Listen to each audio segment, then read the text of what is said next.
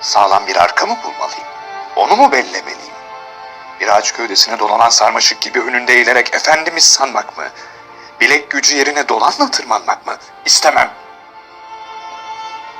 Herkesin yaptığı şeyleri mi yapmalıyım Nöbre? Sonradan görmelere övgüler mi yazmalıyım? Bir bakanın yüzünü güldürmek için biraz şaklabanlık edip taklalar mı atmalıyım? İstemem. Eksik olsun. Her sabah kahvaltıda kurban mı yemeli? Sabah akşam dolaşıp pabuç mu eskitmeli? Onun bunun önünde hep boyun mu eğmeli? İstemem. Eksik olsun böyle bir şöhret. Eksik olsun. Şehri 5 para etmezlere mi yetenekli demeli? Eleştiriden mi çekinmeli? Adım Merküre dergisinde geçse diye mi sayıklamalı? İstemem. Eksik olsun.